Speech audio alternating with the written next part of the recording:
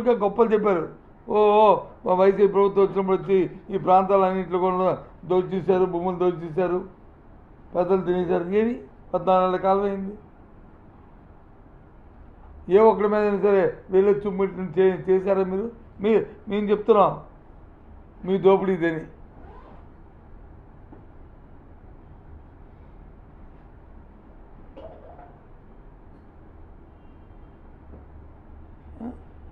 రోజు ఈ మధ్యకాలంలో విశాఖపట్నంలోను విజయవాడలోను పబ్లిక్గా మర్డర్లు అయితే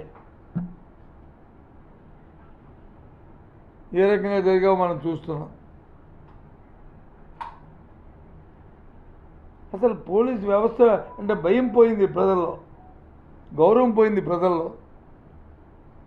కారణం నాయకత్వాలు లంచం డిమాండ్ చేశాడంట. ఆశ్చర్యపోయాం. 5 కోట్లు ఏంటి, లంచం ఏంటి అంటే ఎందుకు బరి తెగించారు? ఎప్పుడు కూడా తదా రాజా యథా ప్రజ. పరిపాలించేవాడు కానీ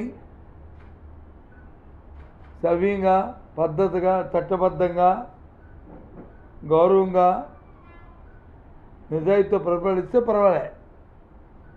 పరిపాలన కానీ లోపభూయిస్తూ ఉండి వెస్టర్న్ ఇంట్రెస్ట్ ఉండి ఉంటే వచ్చే అనర్థాలే ఇవి. ఆటోమేటిక్గా కింద ఉన్న అధికారులు, కింద ఉన్న నాయకులు, కింద స్థాయిలో ఉన్న వాళ్ళు ఇంకా అదే పని కింద ఉంటారు. అందుకే ఇవన్నీ కూడా జరుగుతుంది. అందుకే చెప్పాను, ఏదో మళ్ళీ అడిగితే మీ ప్రభుత్వం జరగలేదండి అని. అందుకే ఒకసారి 5 సంవత్సరాల వరకు లిస్టు, 14 సంవత్సరాల లిస్టు వేయండి, 14 నెలల లిస్టు.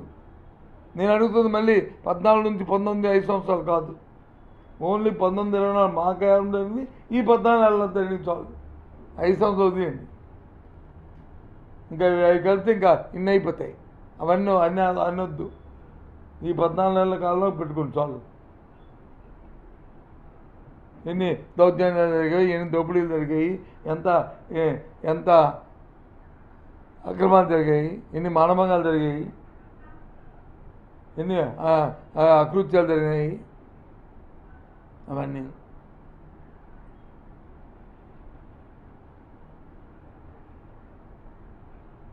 ఎన్నికలు జరుగుతున్నప్పుడు ఎవరైనా ఒక కంప్లైంట్ ఇస్తే ఎన్నికలు అయిన తర్వాత వాళ్ళని అరెస్ట్ చేయడానికి చూస్తారు. ఎందుకు?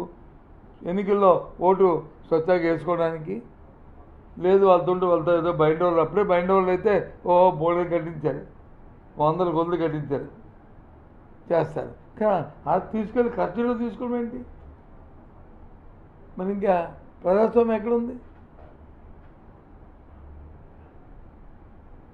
అంటే ప్రజాస్వామ్యం తొంగలో తొక్కినట్టే కదా, చట్టాన్ని చేతిలో తీసుకున్నట్టే కదా.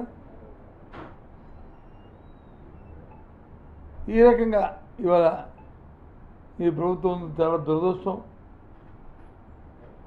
సామాన్యుడికి ప్రజలకు కావాల్సిన కార్యక్రమాల మీద ప్రభుత్వం దృష్టి పెట్టట్లేదు.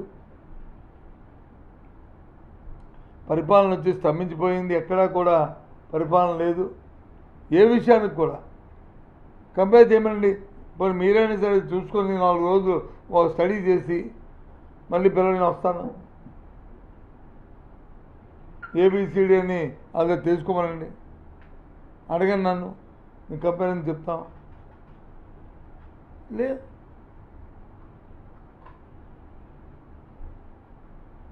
ఇప్పుడు రైతాంగానికి ఇబ్బంది పడుతున్నారు.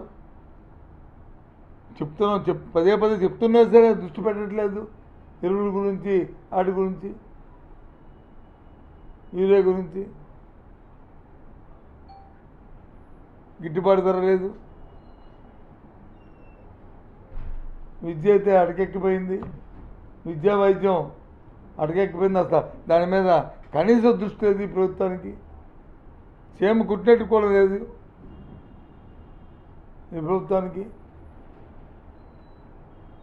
వాళ్ళ పని ఒక ఓటు వేసిన పాపానికి 5 సంవత్సరాలు అనుభవించాల్సిందనే అనే రీతిలో ఈ ప్రభుత్వం తాలూకా పరిస్థితులు ఉన్నాయి. ఇంకా రక్షించవలసిన పోలీసు అయితే ఇంకా దానికి ఇంకే ఆ మాట అంటే బాగుంటుందో బాగోదు కానీ రక్షించడం పోయి భక్షించడం అయిపోయింది. ఇప్పుడు ప్రజలకు రక్షణ కాదు, తెలుగుదేశం పార్టీకి రక్షణగా అయిపోయింది. ఇది చాలా తప్పు. ఇది వ్యవస్థలో ఇవాళ ఈ కడప జిల్లాలో జరుగుతున్న పులివెందుల జడ్పీటీసీ ఎలక్షన్లో జరుగుతున్న పరిణామాలు తీవ్రమైనవి. ఇలాంటి పరిణామాలు ఎప్పుడూ కూడా జరగకూడదు.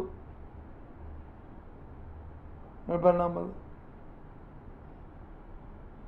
ఒక ఎమ్మెల్సీ వచ్చి ఆ క్యాంపెయినింగ్కి వెళ్తే అక్కడ సెన్సిటివ్నెస్ ఉన్న ఊరిలో పోలీస్ పికెటింగ్ ఉండి ఊరు ముందు ఊరిలోకి 10 వెహికల్స్ వెళ్తుంటే 10 వాహనాల్లో వచ్చి మరి తెలుగుదేశం పార్టీ వాళ్ళు వస్తే వాళ్ళు ప్రివెంట్ చేసి వాళ్ళు వెళ్ళిపోయిన వరకు ఆపడానికి పోయి వాళ్ళే ప్రోత్సహించి వాళ్ళ మీద దాడి చేయమని కర్రల కత్తులతో వస్తే దాడి చేయమని వాళ్ళు సెలవు చేస్తే ఇంకెక్కడ ఉందండి? తిరిగి పైపించి వాళ్ళ మీదే ఎస్సీ ఎస్టీ అట్రాసిటీ కేసు పెడితే పెట్టి వాళ్ళని కస్టడీలో తీసుకుంటే ఇంకా నిజాయితీ ఎక్కడుంది? ఈ రకంగా పరిస్థితులు ఉన్నాయి రాష్ట్రంలో. అన్నింటినీ కూడా ఖండిస్తున్నాం. ఇది కరెక్ట్ కాదు. ఇది మనుగడ ఎన్నాళ్ళు కూడా సాగదు అనుకుంటున్నారు వీళ్ళు. 5 సంవత్సరాలు మాకు హక్కు ఇచ్చారే ప్రజాస్వామ్యంలో ఒకసారి ఇస్తేని ప్రజల్లో తిరుగుబాటు వస్తుంది. ఇప్పటికే వచ్చింది. అందుకే ఈ నాయకులు వెళ్ళమని చెప్పి ఆ పార్టీ ఇచ్చినా సరే ఎక్కడ ఊర్లో కనిపించట్లేదు. సరే, అది వాళ్ళ పార్టీ విషయం. వెళ్తారా పోతారా, భయం పడతారా, ఇంట్లో దాక్కుంటారా అనేది వాళ్ళ ఇష్టం, మాకు సంబంధం లేదు. అయినప్పటికి కూడా ఒక ప్రతిపక్ష పార్టీగా ప్రతికించిన వాగ్దానం నెరవేర్చే వరకు మేము అడుగుతూనే ఉంటాం. వాళ్ళని మెడబెట్టి మంచి అవన్నీ సక్రమంగా నిర్వర్తించే వరకు మేము దాని మీద పోరాటం చేస్తూ ఉంటాం, డిమాండ్ చేస్తూనే ఉంటాం.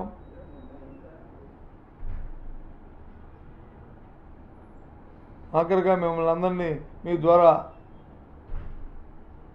ఎలక్షన్ కమిషన్ని, పోలీసు ఉన్నతాధికారుల్ని డిమాండ్ చేస్తున్నాం.